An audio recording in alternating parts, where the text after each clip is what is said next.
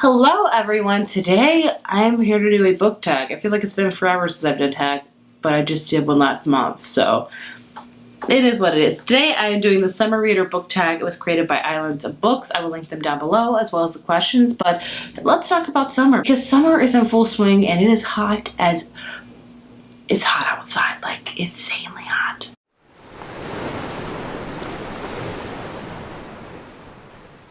First question is lemonade, which is ironic because I do not drink lemonade. I don't like lemonade. I think it's all the years working at Chick-fil-A where I literally had to squeeze 5 boxes of lemons a day and I got cuts, and ever since then, I don't drink lemonade.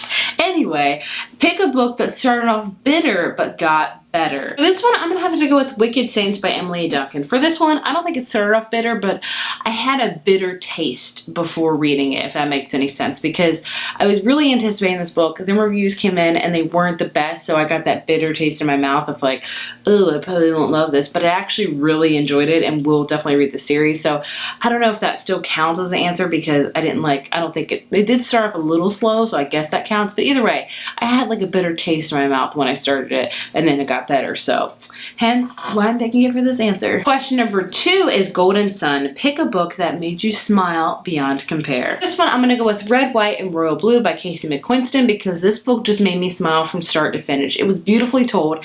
Everyone is raving about it. It's an adult contemporary romance, rom-com, whatever you want to call it. I adored it so much. Definitely one of my favorites of the year.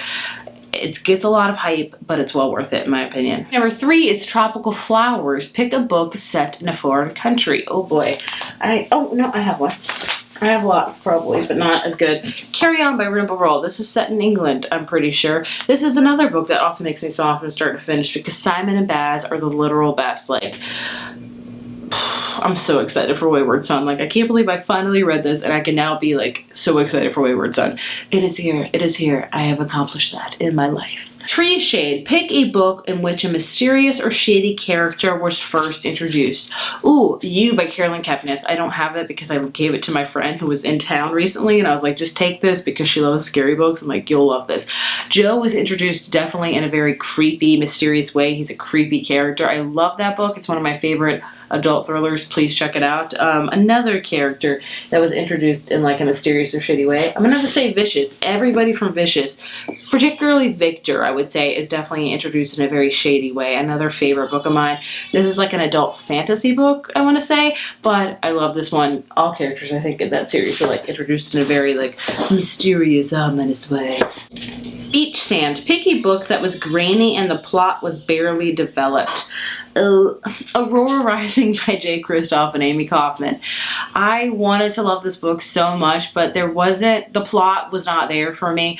I thought it was too lengthy. I thought that the plot meandered a ton, a good half of it. The middle half could have been just taken right out of the book, honestly. I think the plot was grainy, if I'm honest with you. Sadly to say, because I love Illuminate by them, but I don't love their new series a ton. I'm still debating whether or not I will continue on with it because I just didn't like Aurora Rising that much, but I don't know. I've heard a lot of people tell me that they love that book. Please do not let me sway you from it. A ton of people love the book. I'm just sadly one of the few that don't like it, and that's okay. Green Grass. Pick a characters that were full of life, making you smile.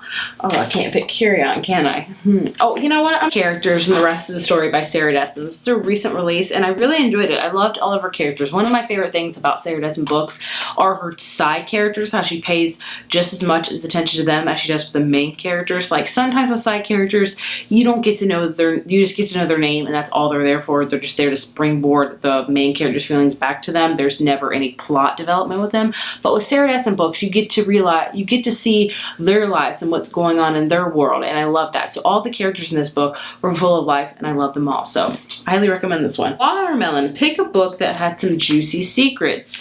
Oh, I mean, Big Little Lies had some good juicy secrets, honestly, but I'm trying to keep with recent releases because I feel that's like what I should do with these videos. Go with The Devouring Gray by Kristen Lynn Herman because this one is all about secrets, about people having these powers or do they not? What powers do you have? What family is hiding from these certain things? I really enjoy this book. It's a YA fantasy book that gets mixed reviews. I really liked it. Like, it's Riverdale-ish and Stranger Things-ish and kind of like Vampire Diaries-ish, so if any of those things sound interesting to you, pick this one up. Pick a book that had a vast, big universe / setting.